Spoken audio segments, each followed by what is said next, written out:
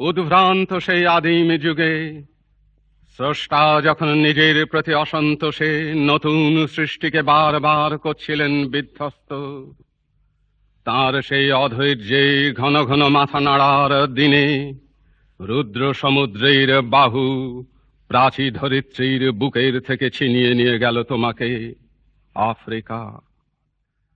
বাঁধলে তোমাকে বনস্পতির নিবিড় পাহারায়, কৃপণ আলোর অন্তঃপুরে। সেখানে নিভৃত অবকাশে তুমি সংগ্রহ করছিলে দুর্গমের রহস্য, চিনছিলে জলস্থল আকাশের দুর্বোধ সংকেত, প্রকৃতির দৃষ্টি অতীত জাদু মন্ত্র জাগাচ্ছিল তোমার চেতনাতীত মনে।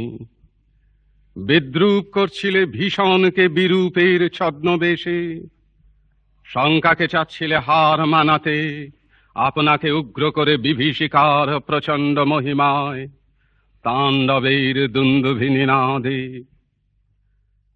হায় ছায়াবৃতা, কালো ঘোমটার নিচে অপরিচিত ছিল তোমার মানব রূপ উপেক্ষার আবিল দৃষ্টিতে। এলোরা লোহার হাতকড়ি নিয়ে, নখ যাদের তীক্ষ্ণ তোমার নেকড়ের চেয়ে, এলো মানুষ ধরার দল, গর্বে যারা অন্ধ তোমার সূর্য হারা অরণ্যের চেয়ে। সভ্যের বর্বর লোভ নগ্ন করল আপন নির্লজ্জ মানুষতা। তোমার ভাষাহীন ক্রন্দনে বাষ্পাকুল অরণ্য পথে পঙ্কিল হল ধূলি, তোমার রক্তে অশ্রুতে মিশে দস্যু পায়ের কাঁটা মারা জুতোর তলায় বিভৎস কাদার পিণ্ড চির চিহ্ন দিয়ে গেল তোমার অপমানিত ইতিহাসে। সমুদ্র পারে সেই মুহূর্তে তাদের পাড়ায় পাড়ায় মন্দিরে বাজছিল পূজার ঘণ্টা।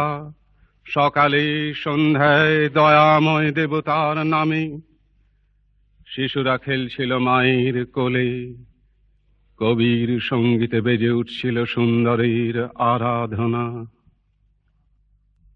আজ যখন পশ্চিম দিগন্তে প্রদোষকাল ঝঞ্ঝা বাতাসের ঊর্ধ্বশ্বাস, যখন গুপ্ত গহ্বর থেকে পশুরা বেরিয়ে এলো, অশুভ ধ্বনিতে ঘোষণা করল দিনের অন্তিম কাল।